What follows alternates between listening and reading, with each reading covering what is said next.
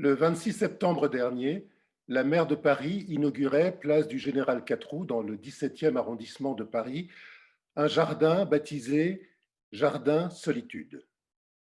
Solitude, la mulâtresse, Solitude, est une femme née en esclavage en Guadeloupe. Elle a connu la première abolition de l'esclavage. Abolition décrétée par la Première République durant la Révolution française en février 1794.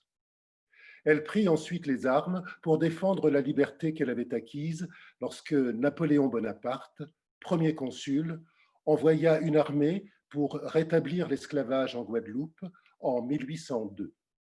Elle lutta auprès d'Ignace et de Delgrès, notamment, des officiers noirs de l'armée française en Guadeloupe qui organisèrent la résistance contre les troupes napoléoniennes.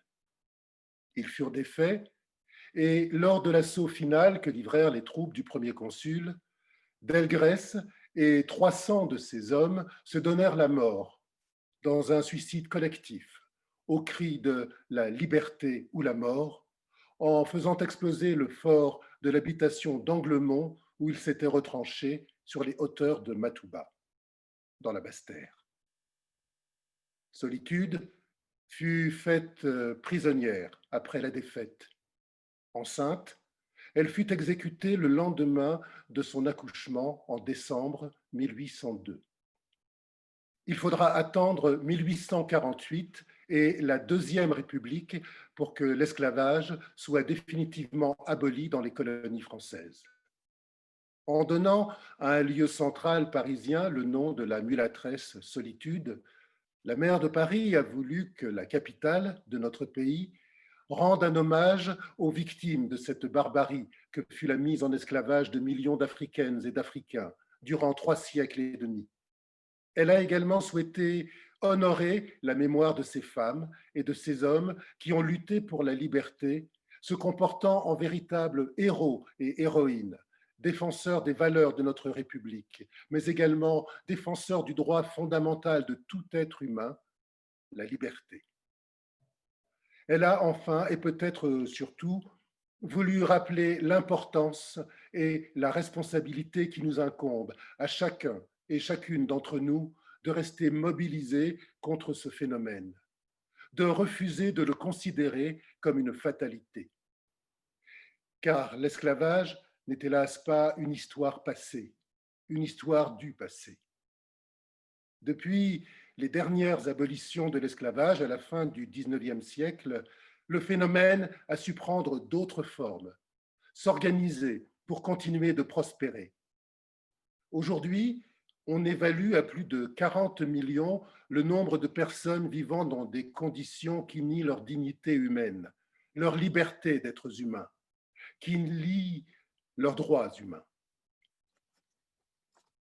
Servage, servitude, travail servile et travail forcé pour dette, traite de femmes, traite d'enfants, esclavage domestique, prostitution forcée, esclavage sexuel, y compris d'enfants, mariage forcé, vente d'épouses. Tels sont certains des visages qu'a su prendre l'esclavage dans ses formes modernes. Alors, oui, il faut que nous prenions conscience de l'existence de ces phénomènes qui se passent partout sur la planète, dans les pays industrialisés ou pas, riches ou pauvres, du Sud comme du Nord, de l'Occident comme de l'Orient. Il faut que nous prenions conscience et que nous nous mobilisions pour faire cesser ces pratiques, que nous sachions nous rappeler et nous inspirer des actions des femmes et des hommes comme Solitude, qui ont refusé d'abdiquer. C'est dans cet esprit que les Nations Unies ont décrété le 2 décembre Journée internationale pour l'abolition de l'esclavage. Et cette journée est bien l'occasion de nous rappeler, de réfléchir.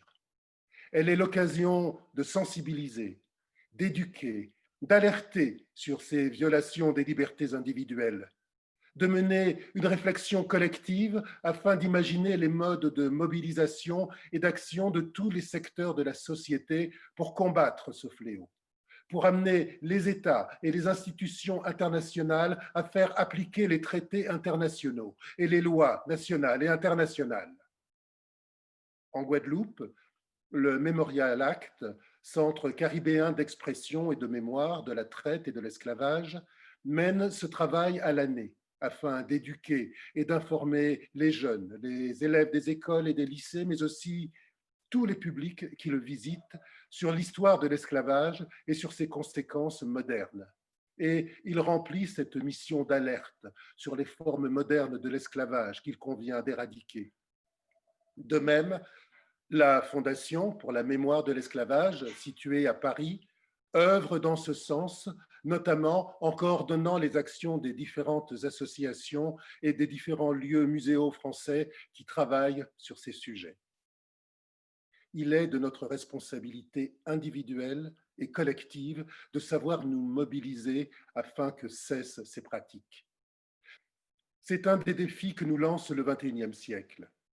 C'est à chacune et chacun d'entre nous de le relever, pour le bien des victimes, mais aussi pour l'avenir de celles et de ceux qui sont jeunes aujourd'hui et à qui nous nous devons de montrer l'exemple pour que demain, ils soient en capacité de résister et de combattre ces mêmes phénomènes pour que soit garantie pour toutes et pour tous la liberté.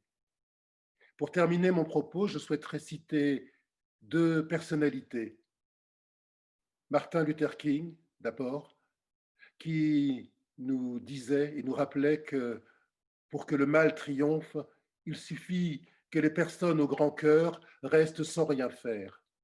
Alors soyons des personnes au grand cœur et agissons, faisons.